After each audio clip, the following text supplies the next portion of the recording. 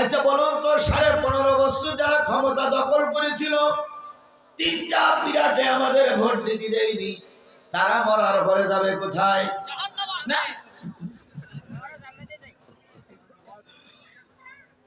একবার যদি ডাইরেক্ট জাহান্নামে দেন তাহলে বলে খবর আছে। ম্যাডাম কিন্তু আসার জন্য একটা ঝুল মারামারি করতেছে। কি কায়দায় বলেছিল ডিসেম্বরের ভিতরে একটা খেলা দেখাবো, ডিসেম্বর শেষ হয়ে গেছে ম্যাডাম, আপনি মনে এখনো ঠিক পাননি। ডিসেম্বরের ভিতরে একটা খেলা দেখাইতে চাইছিল, কথা বলে ঠিক না ঠিক? ডিসেম্বর শেষ হয়ে গেছে না, না যাই নাই? 24 সাল শুরু হয়েছে, সুতরাং আসতে পারেন নাই, আবার হয়তো এসে যাবে। সুতরাং ওদেরকে আমরা জাহান্নামে দেব না বলবো না, আবার দেব বলবো না। এবার বলুন তো বাংলাদেশ জামাত ইসলামের লোকেরা কোথায় যাবে? কি করে বুঝলেন আপনি? কেন এই লোকেরা বলিস যে আমরা জান্নাতি বলেছে? সুতরাং তাদেরকেও আমরা এখন দিতে পারছি না। কোরআনের কাছে প্রশ্ন করব, কোরআন যদি বাংলাদেশ জামাত ইসলামীকে ইসলামী জান্নাতি দল বলে ঘোষণা করে, আমরা মনে করে নেব বাংলাদেশ জামাত ইসলামী জান্নাতি দল। সেই ঘোষণাটা কার পক্ষ থেকে আসবে? কোরআনের পক্ষ থেকে আসা লাগবে, নিজামীর পক্ষ থেকে আসলে হবে না, আল্লামা সাঈদীর পক্ষ থেকে আসতে হবে না, লেউ মাওলানার পক্ষ থেকে আসতে হবে না। কারণ লেউ মাওলানা মানুষ, আমি মানুষ, আমাদের ভিতরে ভুল হতে পারে, কোরআন ভুল করতে পারে না।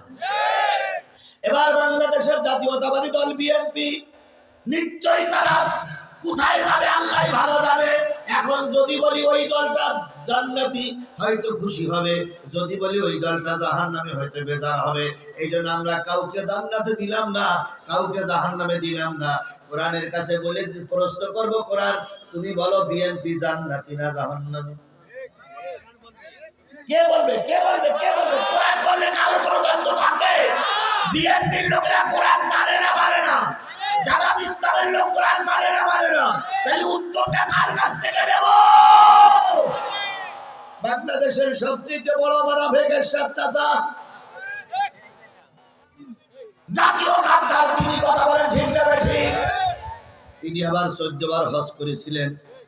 সুতরাং এখন যদি বলি উনি ভেস্তে যাবে, তাহলে কিছু লোক খুশি হবে, কিছু লোক বেজার হবে। আবার যদি বলি ওনার দল জাহান্নামে যাবে, কিছু লোক বেজার হবে, কিছু লোক খেপে যাবে। তাহলে আমরা ওদেরকে জান্নাতে দিলাম না, জাহান্নামে দিলাম না। প্রশ্ন করলাম, আল্লাহ তুমি উত্তর দিয়ে দাও, জাতীয় পার্টি যাবে কোথায়? এবার বলতে দেন, কোরআন দিয়েই বলবো, কোরআন দিয়ে, আমার কোনো কথা নেই এখানে, আমার কোনো কথা নেই। লেবু মাওলানা দলের টিকিট দিয়ে আসছে, আমি কিন্তু কোনো দলের টিকিট দিয়ে আসিনি। আমি কার টিকিট দিয়ে এসেছি? জোরে বলেন, কিসের টিকিট দিয়ে এসেছি? হেফাজতের দাড়ি আর টুপি দেখলি মনে হয় জান্নাত থেকে বেরিয়ে আসছে ওরা। এখন ওরাও ভেস্তে যাবে কি দোজখে যাবে, কার কাছে প্রশ্ন করব? বাংলাদেশের সবচেয়ে নির্ভেজাল পার্টি হলো তাবলিগ জামাত। কারোর খায় না, কারোর গায়ে না, শুধু টুবলা টুবলি বেইনে ঘুরে বেড়ায়। ওরা কয় জান্নাতে যদি যেতে চাও তাবলিগের সঙ্গে টুবলা টুবলি পাও। এতই যদি জান্নাতি দল আপনারা হন, মারামারি করে 4 জন মারা গেল কেন? এখন ওদেরকেও বলবো না যে জান্নাতে যাবে কি জাহান্নামে যাবে, সব প্রশ্নের উত্তর কোথা থেকে নেব? জোরে বলেন, কোথা থেকে নেব? তাহলে কারোর মনে কোনো দ্বন্দ্ব থাকবে? তাহলে কোরআন থেকে প্রশ্ন করেছি যে কোরআন তুমি বলে যাও জাহান্নামী কারা, তাহলে কোরআন যদি উত্তর দেয় কারোর কোনো সমস্যা আছে? তাহলে আমরা কোরআন থেকে প্রশ্নের উত্তর না নেওয়া পর্যন্ত বাড়ি যাব না। আপনারা কি আমার সঙ্গে একমত? একমত? একমত কারা কারা একমত? 2 হাত উঁচু করে দেখা। আল্লাহ আল্লাহ কবুল করুক, আল্লাহ কবুল করুক। সমাধান চাও যদি জীবনে মরণে, ফিরে যাও খুঁজে নাও চোখ রাখো কোরআনে। সমাধান চাও যদি জীবনে মরণে, ফিরে যাও খুঁজে নাও চোখ রাখো কোরআনে। এ বাণী সকলের নয়, শুধু মুমিনের, যারাই চলবে মেনে ফল পাবে কোরআনের।